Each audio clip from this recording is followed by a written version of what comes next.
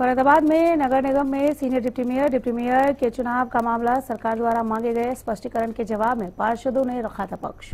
पार्षदों द्वारा लगाए गए आरोपों के बाद मेयर प्रवीण बत्रा जोशी ने पक्ष रखा। फरीदाबाद मेयर प्रवीण बत्रा जोशी ने अपना जवाब सरकार को सौंपा। मेयर ने विकास कार्यों में किसी तरह के रुकावट से इनकार किया। कमिश्नर स्तर पर स्वीकृत होने वाले विकास कार्य नियमित रूप से कराए जा रहे। जब सरकार निर्देश देगी चुनाव करवा दिए जाएंगे, मेयर ने कहा है। उन्होंने कहा कि चुनावी प्रक्रिया को आगे बढ़ाने की जिम्मेदारी निगम आयुक्त की होती है। उन्होंने कहा कि पार्षदों का जवाब और फरीदाबाद में सीनियर डिप्टी मेयर और डिप्टी मेयर के चुनाव को लेकर सरकार ने तमाम पार्षदों से और जो फरीदाबाद की मेयर हैं परवीन बत्रा जोशी, उनसे भी जवाब मांगा था। कि क्या कुछ जवाब उन्होंने दिया है, उन्हीं से हम जान लेते हैं। किस तरीके से देखते हैं जी जो जवाब मांगा गया, उसमें क्या आपने अपनी तरफ से जवाब दाखिल किया? देखिए, सभी पार्षदों के जवाब मिलाकर जवाब भेज दिया गया। बाकी जो सरकार संज्ञान लेगी लेंगे। आखिर कहाँ देखते हैं इसमें त्रुटि, कहाँ नजर आ रही है आपको कि जो चुनाव सिरे नहीं चढ़ पाए? देखिए, हमारी ओर से तो कभी ना थी ना है। पहले की मीटिंग भी जब आपको मालूम है कि जो डेट आई थी ऊपर से आई थी, सरकार की ओर से आई थी। अभी भी जो डेट आएगी सरकार की ओर से आएगी। हमारी ओर से यहाँ से कोई डिले नहीं। जवाब जो और पार्षद है, 34 पार्षद है, उन्होंने साफ तौर पर आरोप लगाए थे कि भाई आपके ऊपर भी आरोप लगाए गए इसमें। देखिए, सबको बोलने की स्वतंत्रता है, पार्षदों को भी है। मैंने पहले भी हमेशा मैं एक ही बात कहती आई हूँ, पार्षद निगम के हैं, वो निगम के ही रहेंगे और पार्षद मेरे हैं। ठीक है, वो समय का बदलाव है, अदरवाइज पार्षद मेरे ही हैं। जी जी बिल्कुल। आगे की अगर बात करें तो कब तक ये चुनाव संपन्न होगा, क्या लग रहा है? देखिए, मेरे हिसाब से तो चाहे कल करा लीजिए, सभी तैयार हैं। लेकिन जो सरकार की ओर से खाली सिर्फ फरीदाबाद का पेंडिंग नहीं है ना जी, हरियाणा की और जिलों का भी है। तो यही था माननीय सीएम साहब का आदेश था कि सभी का एक ही दिन हम लोग अपने आप अनाउंस करते हैं। तो उनका आदेश सिर माथे पर है। जो भी सीएम साहब नहीं, जो भी सरकार का आदेश होगा मान्य होगा। इसके अलावा बात करें, आगे बरसात आ रही है, जी। किस तरीके की तैयारी है? क्योंकि लोग कई बार परेशान होते हुए दिखाई देते हैं जब भी बरसात आती है। एक तो हमने सफाई अभियान शुरू किया हुआ है जी।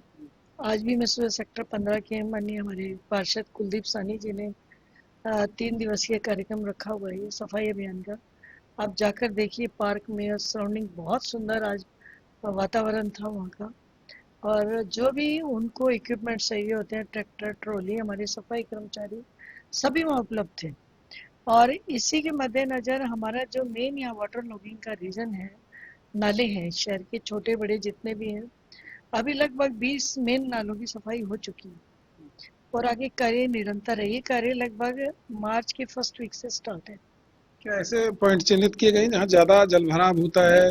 बिल्कुल बिल्कुल, हमने लास्ट ईयर भी यही काम किया था। 8-10 पॉइंट्स ऐसे थे कि जिनका मालूम था कि यहाँ पानी रुकता ही रुकता है ढलाई के कारण।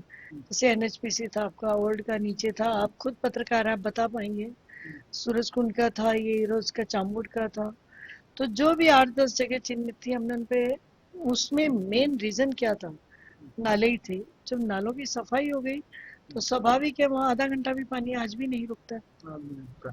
तो निरंतर ये चलती रहेगी आगे जब तक बरसात? हाँ, ये ऐसा नहीं कि अभी अभी बारिश में ही कर रहे हैं, हम निरंतर इसकी सफाई अभियान चलता रहता है। तो उम्मीद करते हैं कि लोगों को अब की बार कोई परेशानी पूरी देखिए, पिछली बार भी खुद डीसी साहब ने अपने पेज पे आपने खुद ही देख लेंगे फर्क पड़ा। और उम्मीद करती हूँ बस जनता का एक सहयोग ये जरूर चाहिए कि पॉलीथीन स्वेच्छा से बंद कर दें, जो कि नालों के अवरोधक का मेन कारण यही है, जो प्लास्टिक बोतल्स हैं। अभी हमने एक और प्लान किया है जहाँ की जो सड़क पे लोग बोतल फेंक देते हैं, उसके लिए भी डस्टबिन जगह जगह लगाए जाएंगे। और पहले भी लगाते आए हैं, लेकिन जनता को जागरूक होना बहुत ज़रूरी है, क्योंकि परेशान तो हम सभी होते हैं, ऐसा नहीं कि एक या दो लोग होते हैं। तो उसके निमित्त ये कि स्वेच्छा से पॉलीथीन छोड़ दें और जो यूज़ कर रहे हैं सिंगल टाइम वाला यूज़ ना करें।